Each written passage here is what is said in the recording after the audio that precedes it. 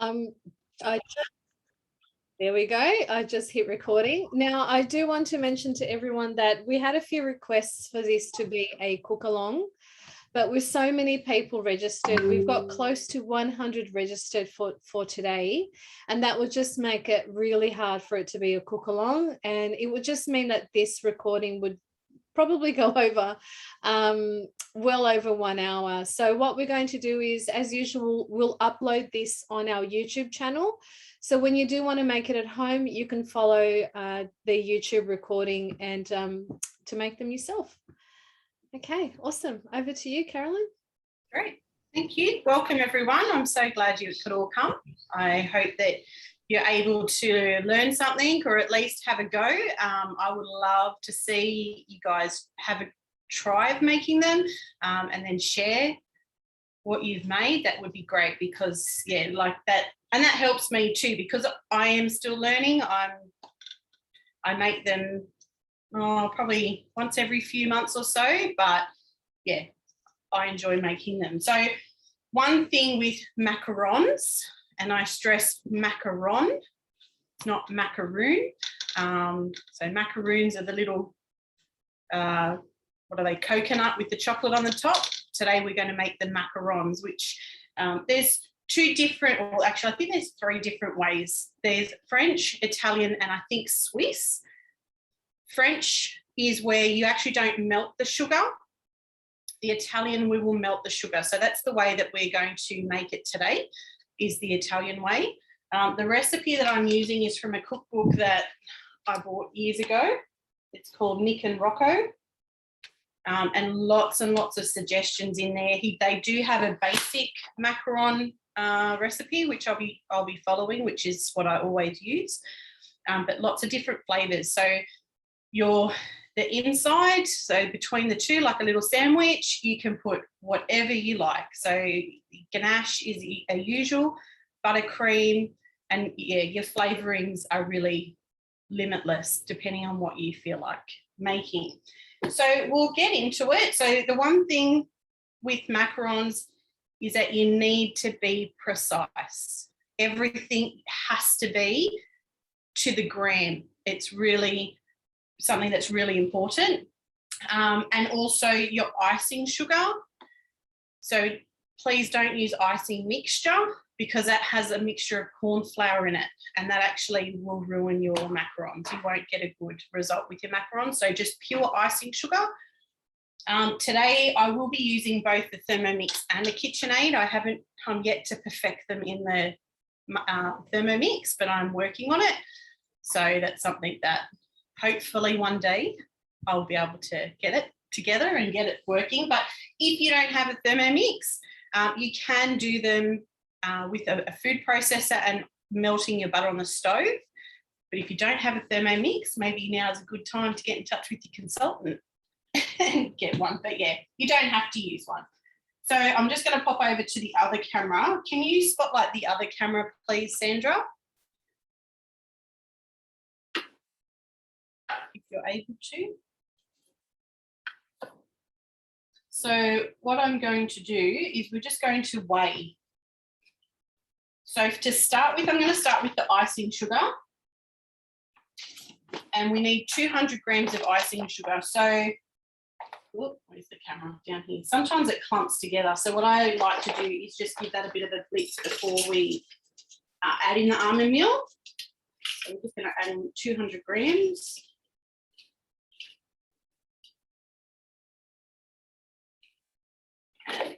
Yeah, so we want to do that. So even 1 gram, I'm just going to grab it to this spoon. I will pull that 1 gram out.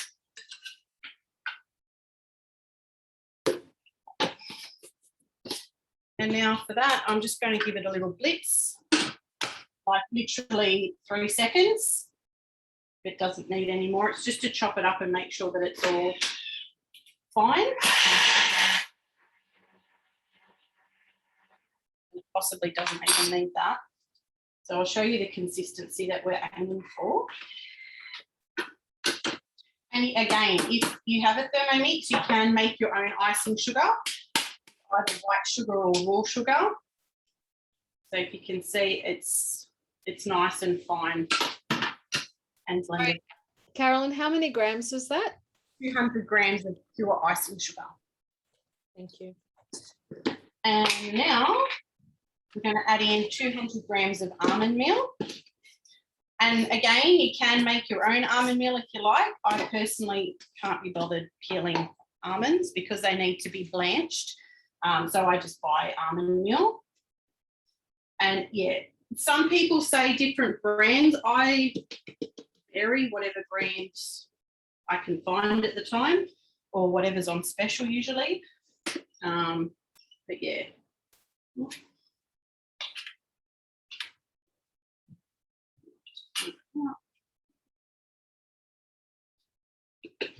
And now we're just going to mix that together. If you don't have a food processor or a Thermomix, you can just mix this together. I am going to run it through a Sift, but I would run everything through the Sift twice if you don't have a Thermomix or a food processor. And then for that, I'm just going to use the turbo mode. And it's literally 2 seconds. Now this is going to give you a glossy finish on your macaron. So they say that Italian macarons have more of a glossy lid, top. But I find that even doing this, it just makes everything so fine. So you can see it's all mixed together. But now I am going to run it through a sieve. So I'm just going to point this down. Now the finest sieve that you can find, this one is the finest one that I could find. But yeah, you want it as fine as possible. I can't even remember where I got these from. Tremonia, I think maybe from like Victoria's Basement or one of those house shops. So just get everything out of there. And it's just a matter of sifting that. And I will use, if I can find my whisk. Nope. The whisk has run away with the spoon maybe. So I'm just going to give that a little. And you just want to sift it through. So it's really, you need it as fine as possible. And even though we have done it in the Thermomix, it's just, sometimes it can still be a little bit clumpy, but we want it fine, fine, fine. Has anyone made macarons before or attempted? Just if you want to come off mute and just have a little chat while I'm doing this. I attempted these a few years ago, and out of 4 trays that I made, only 1 survived. Yeah. And I promised to never again. I was traumatized. No, you have to try again. Try until you succeed. So I'm getting there, sorry. One thing that I do find, I don't know if it's just me, but I have aluminium baking trays. My husband's actually a metal fabricator, so he made them for me. And I swear by them. I think that they're the bee's knees. It's just a flat sheet of aluminium, and he's just folded up one side for me so that I've got something to grab onto. But if you're able to get your hands on an aluminium sheet, I think it's 3 millimeters thick. It's just because the aluminium retains the heat, and they need to go into the oven cold. Your baking tray needs to go into the oven cold. So those that know me may have heard my macaron story when I first moved into this house. I had to make some macarons for an anniversary party, and the trays were too big, so they didn't work very well. I pushed one tray in and then I couldn't get it out. So that was, yeah, I wasn't happy that next day. But anyway, that's all good. So now what I have weighed out is 80 grams of egg white, pure egg white. Please don't have anything else in it. No shell, no yolk, It needs to be pure egg white. So we're just going to pour that in there. And I did actually, I have wiped down with vinegar on a paper towel.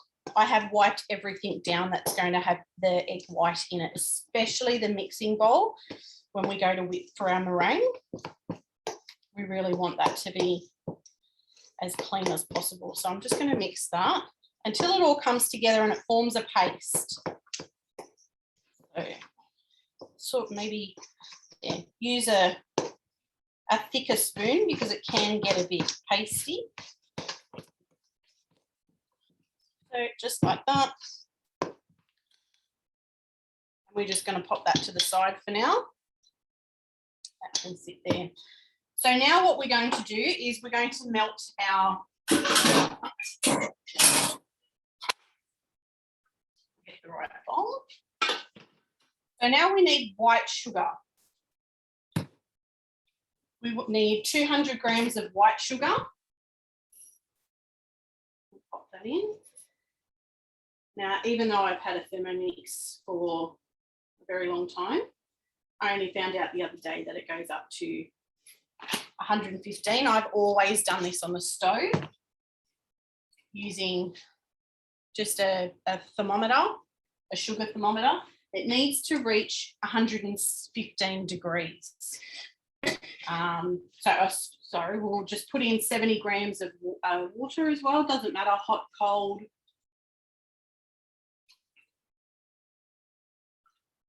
So probably the one thing that sometimes I will not be exactly accurate is the water, but you want to get it as close to 70 grams as possible.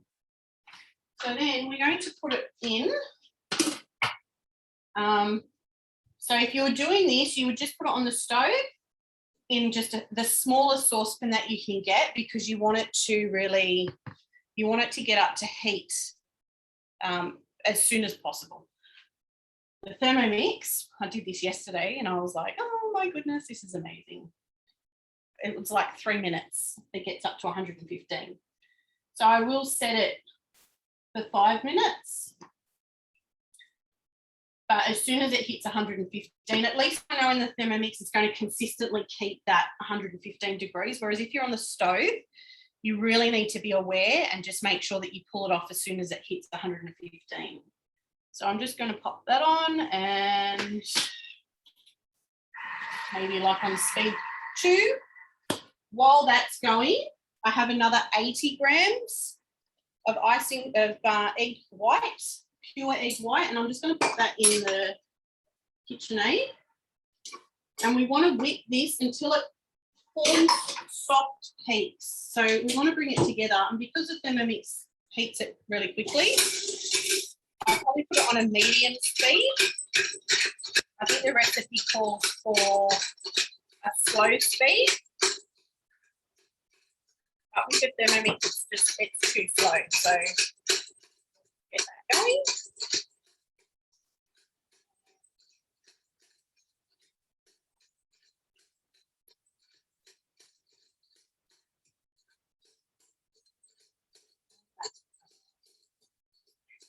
You can see that whipping. It's coming together, and it's not soft peaks yet. You can whip the eggs in the Thermomix. Sorry, I'm not sure. I just saw that message pop up. You can whip it in the Thermomix, but I find it doesn't. I can't get it to the right consistency, so that's what I have to play with. That's what the bane is that I'm not sure exactly how long to do it for. Roughly eggs is roughly around 3 eggs for 80 grams. Depending on the size of your eggs, roughly about that. So that's sort of coming together, and the Thermomix is already on 100 degrees, so it won't be too long. You see that the whipping? Yep, you definitely can use the Thermomix to weigh the egg white.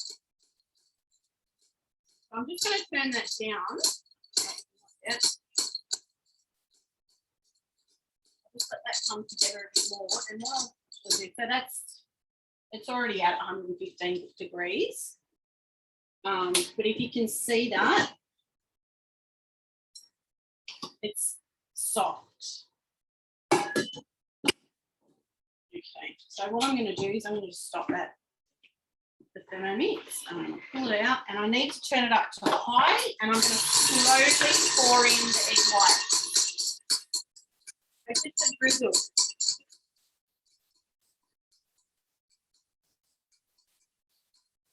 You'll see that your egg whites are now they're starting to get slimy as they mix.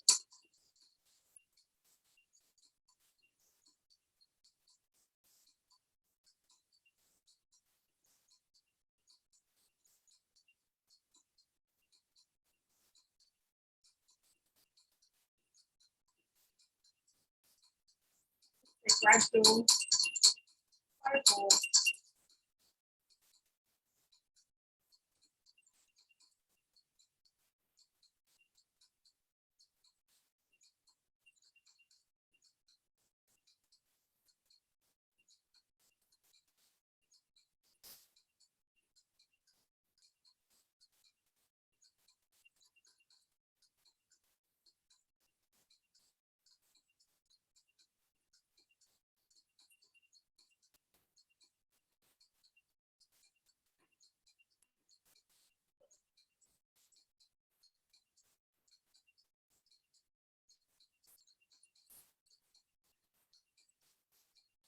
And the other thing that I love about the Thermomix is that sugar that's now in the bowl. I'm just going to put it on 3 plates, and it's going to walk up for me.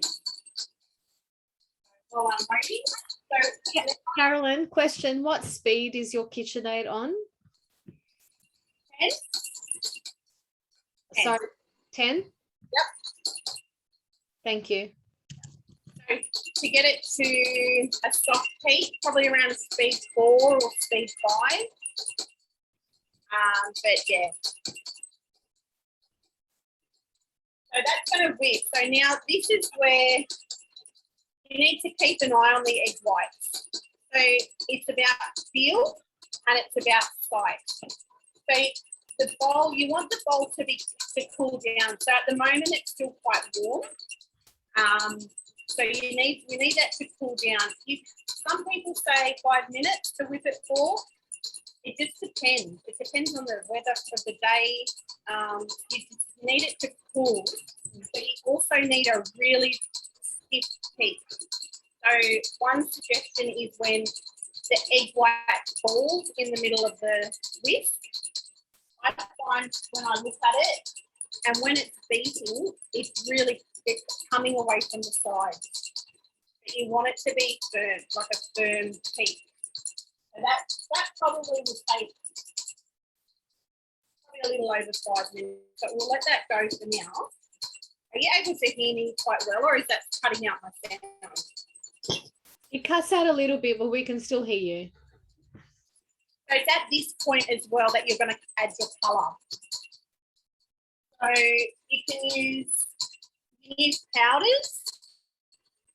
You can use gels. I find that these powders have a bit of an aftertaste. I don't know if anyone else finds that, but yeah, you don't want to use a liquid. You want to use either a gel or a powder. So what I picked up was purple.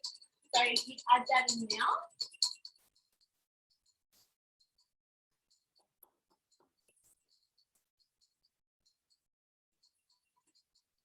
Just a few drops, it's probably a bit too much. And now preparing for when you're going to pipe them. So you want a good piping bag to start with. You can use a disposable one. I do use them most of the time. In the mix shop, we have these amazing, they're reusable and they're fantastic. They're really, really good. And the size piping nozzle, I think, is a 7. I think I said. So you don't want it too big, but you don't want it too small. So I use a 7. You can also print out from the internet. There's lots of websites that will print out a piping template. So So you've got 1.5 inch or 2 inch. They're really good to keep as a guide, and you just pop them on your tray and then put your baking paper over the top of it. I've just always used a piece of cardboard, and I've just drawn my own circles on there. So yeah, just want something to give you a bit of a guide, and you don't want to pipe too much in because otherwise they will spread and then they'll all stick together, and you don't want that. So don't go outside of your circle. So these ones are really good because they're quite far apart, but you don't fit very many on the tray. That's the only thing. I have preheated my oven to 140 degrees. If you have an oven thermometer, use that, because a lot of ovens are not correct in what they say your temperature is. So they'll say it's 150 and it might be 160, or it might be colder. So if you have an oven thermometer, definitely use it. And if you know your oven, then yeah, you watch them. So that's, it's cooling down. It's not quite there yet. These are the trays that I use. Yeah, they're amazing. So they're about 3 mil thick. And then my sheet fits nicely on there. And it's just a bit easier to pull the cardboard out as opposed to the paper. The paper does. I'm always worried that fan force dirty, sorry. I'm just always worried that when I lift up the paper, it's going to hit the macarons onto each other, because I have done that before. Spatula. So to mix, when we're going to mix our mixture, I like to use a solid silicone spatula. So my old one was thinner, was probably about half of that, and I loved that one, and I broke it yesterday, so that's been retired. This is my next best. So something that's quite firm, and you don't want to overbeat it. So one really big thing is overbeating your mixture. You can see that can you see on the other camera?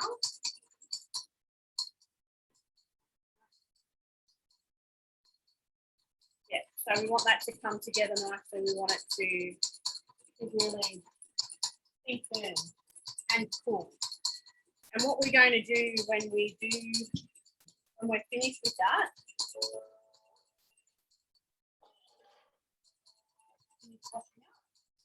we're only going to put about 1/3 of our egg white mix, our meringue mix, in with our almond meal and icing sugar and egg white that we did before. We want it to be a little bit soft when we mix it. Out of the way.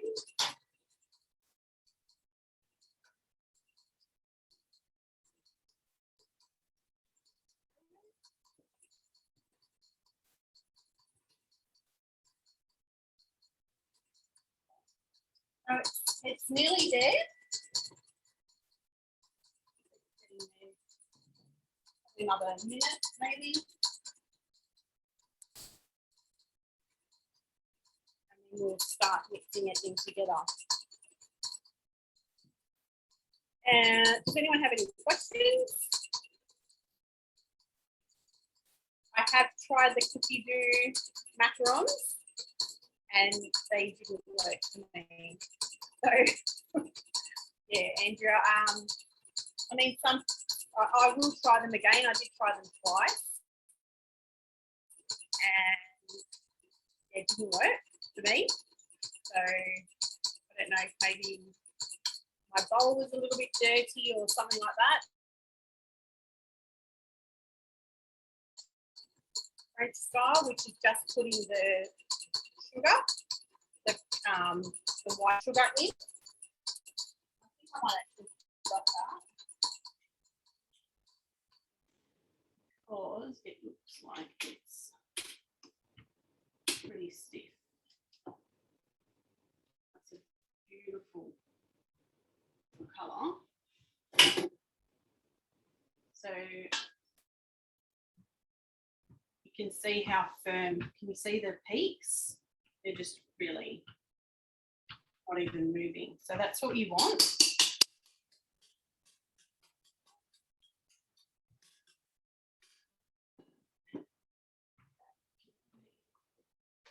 There. Okay, so what I might do now is just turn this camera around a bit. So that's not, I don't think. So we're going to add in around about a third of our meringue. And this is just to mix it through so that when you go to do your final mix, it's not as stiff because you don't want to overbeat it. So is the other camera working? Can you see the other camera? Yes, we can, Carolyn, it's working. So, and this, you can be rough, it doesn't matter. You just want to mix it in and make sure that you get all of it. So all from the bottom, from the sides, and really make Carolyn, we're only seeing half the bowl. Maybe move it a bit to your right. Yep. Yeah, sorry, that's not on there. That's good there. Yep, perfect. Thank you. Okay. So just to make sure that it's all mixed. So that's now, that lighting's not the best, but it's all mixed. So now for the scary part, no, not scary. We don't want to overbeat this. So when you make them, I sort of count in my head how many times I do a stir. That's just because I'm a bit strange, but just to try and not overbeat it.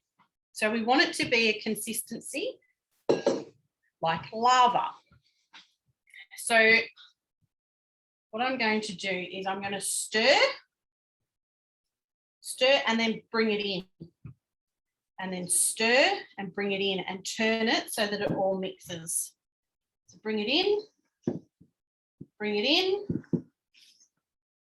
and just keep doing that.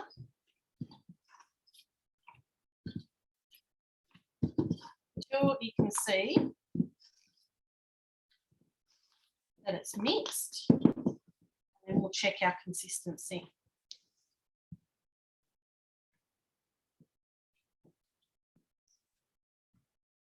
That's probably, yeah, I actually probably would rather underbeat it than overbeat it, so I actually might leave it like that. See how it's pouring off the spatula, sort of like lava. So I'm going to leave it like that, and then pick that back a smidge. Try and put in the piping bag. Here's my storage cup. Okay. Just put as much as you can in.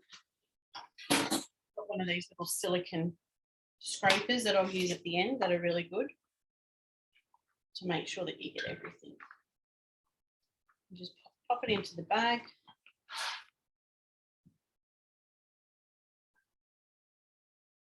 So it's not a really long process, it's just a bit fiddly. Ooh. Try and get it in the bag.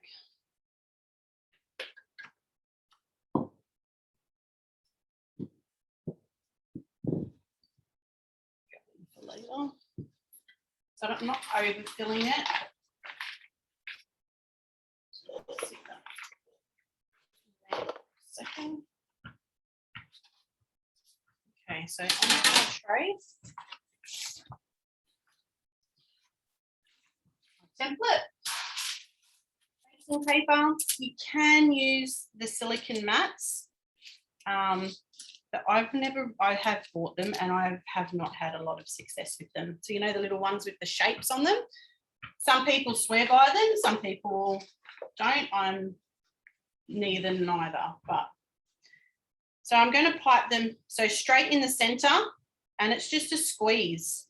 When you get to the end, just give it a little flick so that you don't get that, the top, and maybe hold the bag, hold the paper, and just a quick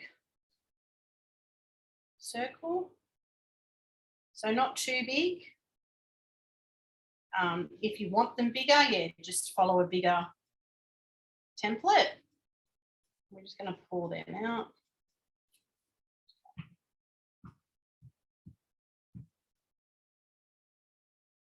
So you want to try and get the top as smooth as possible. But we will bang the tray.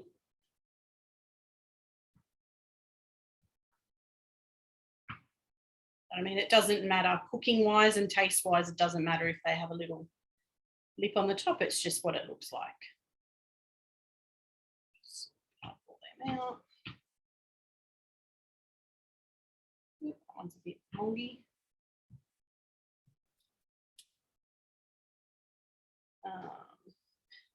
Just trying to think how many this makes.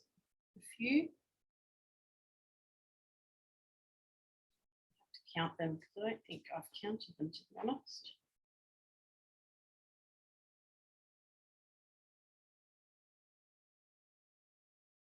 So I find you can bake with 2 trays.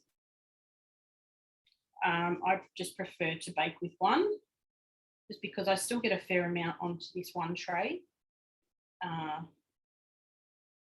But I find that the top one either burns and the bottom one doesn't cook properly, or vice versa. So I just do 1 at a time.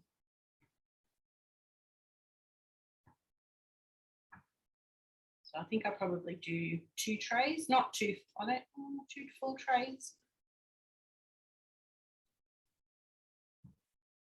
Just pipe them out. Done. I saw a really good tip the other day from Elia from our team. She puts an elastic band on the top of her piping bag so they don't go everywhere. That's brilliant. But you know what? I didn't do it, did I? I forgot.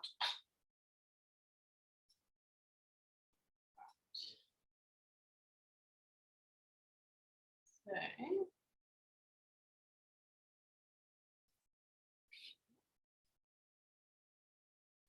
all right, so pop that in there.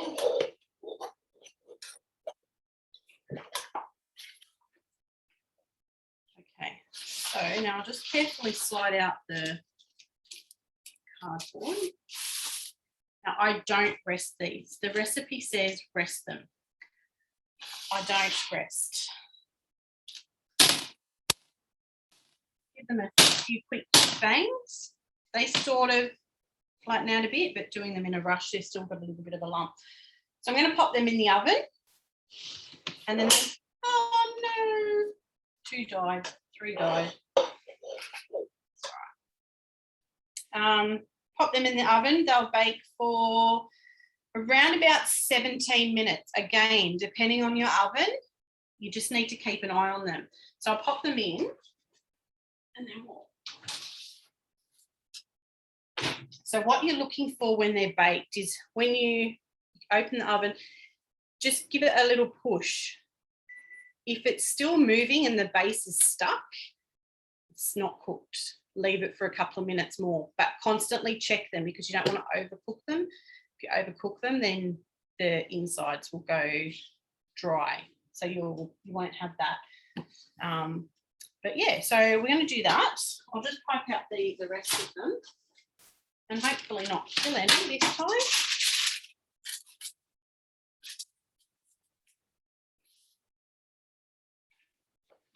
And those that are good at piping is a breeze. It's quite simple. Woo.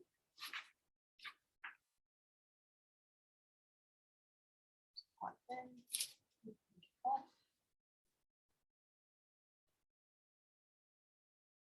And I've still got a bit in the bowl as well. So the smaller you make them, obviously, the more you'll get. And you can also flavour your the actual cases, these, the tops. I haven't, but I know you can. There are a lot of people that flavour them, as well as flavouring the ganache or the buttercream. It just, yeah. And loads of different flavours.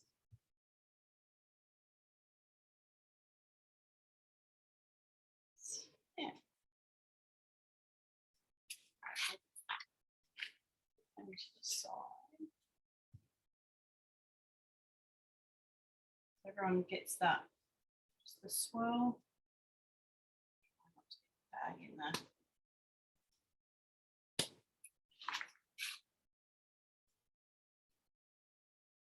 And see how I'm not going really right to the edge because I really don't want them to spread.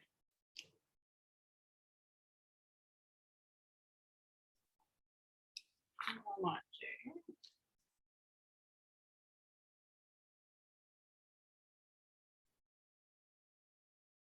Finish the bag off. And I'll go and grab the ones that I baked yesterday and I'll show you how we fill them.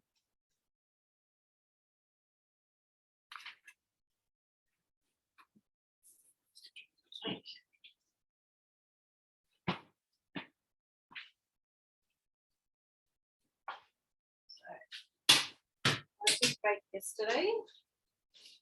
I'll just dry my hands properly.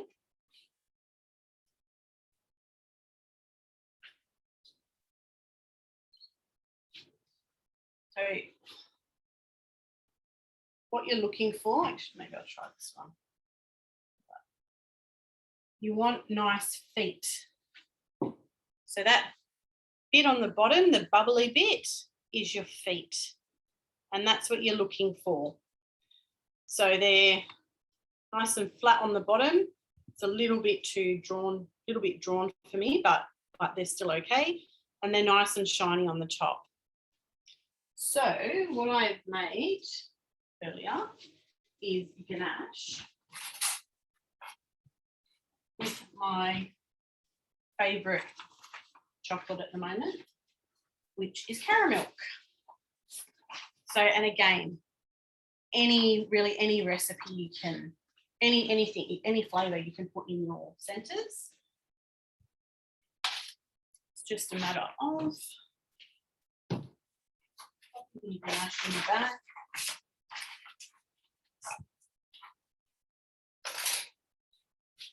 So this is, I've just made this afternoon. And I did 160 grams of caramel chocolate to 120 grams of cream. And I just chopped up the caramel chocolate in the Thermomix for 10 seconds on speed 8. And then I popped the cream in there and melted that for 2 minutes on 50 degrees. And Bob's your uncle. And don't forget that when you make it, don't wash the bowl. Put some milk in there, warm it up, bit of Bailey's, a cocktail maybe, some ice cream with it. You make yourself either a hot or cold chocolate. So now to pipe, just a matter of going to the edge. It's probably still a little bit runny. Probably needs to go in the fridge for a little bit. Find one of similar size and pipe. And that's pretty much it for macarons. So yeah, there's just a few. They are temperamental. So there's a few things that you do to just make sure that you follow the recipe to the exact gram. It really, really needs to be to the exact gram. Everything needs to be to the exact gram. Yeah, and just when you're baking, make sure that you check your temperature in your oven. Make sure that you know your temperature for your oven. And yeah, so you can keep an eye on them. I sort of go by smell as well, actually, and I didn't turn the timer on, so that would be good. I sort of go by smell and I'll check them, and then just a couple of minute increments until they get to the point that you're happy that they're ready to come out of the oven. The good thing that I like about the aluminium trays is that they still retain their heat. So if you take them out a little bit early, that's okay, because the tray will still keep cooking them. But you just want to, not undercooked too much, but you can. There is a little bit of leeway with how long you bake them for and how undercooked they are. So has anyone got any questions? Or I have a question. So to know when they're cooked perfectly, did you say that they easily slide off the baking paper? They probably won't easily slide, but they won't be firm on the paper. So if they're undercooked, you can actually touch the top and they'll jiggle. So when they're cooked, it's when it's firm to move them. So they still will sort of stick to the baking paper a little bit. Sometimes they will come off clean. And again, it depends on the mix. Sometimes mine come off really clean. Sometimes I've got to peel them off. But most of the time, they'll still be a little bit sticky. And it's just a matter of pull your baking paper up and just gently peel them back. But like they're pretty, like they're not overly fragile, but they would be, they're still soft. Just wondering if there's, maybe take the camera down and show in the oven. Sorry, close up. Is that focusing? So can you see? Yeah, we can see that. That looks so good. See they're starting to form? Yeah. So yeah, they're nice and shiny. See how most of I call them nipples, most of the nipples have gone down. But yeah, there. Yeah, sorry, I might turn that one on. So a lot of people are asking if we're going to send this recipe. So you have this recipe that we can send to everyone, Carolyn? It is in a book, but yeah, I can type it up and send it. Yep. Okay. And, okay, yeah, so I'll do that. So you can type it up and I'll be able to email everyone the recipe as well as the recording that we'll be putting up on our YouTube channel. And then if you have any questions, you can just reply to that email. We'll be able to help. Maybe, Carolyn, you'll also be able to recommend some yummy fillings that you use, some yummy ganache. Yeah. Because I know you've done quite a few of them. So we'll send that as well, just to give you guys some ideas. Marnie was asking, if you wanted to avoid the biscuit part, do you have to do less of something so they don't go runny? So if you want to flavor them, so because you've got to be so exact with the measurements, if you're to put some sort of flavor into the biscuit part, do you have to be careful that you're not going to make it runny? Yeah, so what I do, sometimes I have dumb chocolate, so I'll add cocoa powder, and I'll go like 20 grams less of cocoa powder, or 50 grams less of icing sugar. Right, yeah. That up with the cocoa powder. If anything, I would go a little bit less on the icing sugar, not the almond meal. Okay, cool. That's the bit I needed. Thanks. Yeah, so our YouTube, this will be on the Blade Runners. I think who was asking, Trish was asking. So yeah, you can find it on that. But I think you'll email the link to everyone, will you, Sandra? Yeah, on that email we'll have the link to our YouTube channel, and also a link to our upcoming cooking classes that we have. Yeah. So I'd love to see if you bake, if you try them, have a go. I'd love to see what you make. You can tag me on Facebook. I'm just Kaz's Kitchen with a C, CAZS, CIT Kitchen with a C. So yeah, I'd love to see what you make or hear about it, or if you post it on the whatever page you're attached to, the consultants page, and then they can tag me in it. That'd be great. Hang on. I'm just getting your page so I can pop it into the chat as well. Okay, hang on. So you'll be able to see Carolyn's other creations and lots of macarons, because macaron that you've been practicing this week. Yes, I've already got everyone like, can you drop some more? I drop them at the door and run. And I'm just grabbing our link tree as well for those who don't have our link tree. It's looking a bit sad at the moment, but we are working on our upcoming cooking classes. So they'll be on every Friday at 7:30 p.m. I just need to upload them on this link tree. But we do have one this Friday night, which is salads and dressings. So if you want to come along, just grab the link from our link tree and you can book through there. There we go. Another link. Full of links today.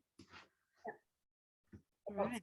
Lots of great stuff coming up, and yeah, on the YouTube, there's lots of other cooking classes that we've done recently, like the gin one on Wednesday. When was that? Friday. I don't even know what day it is.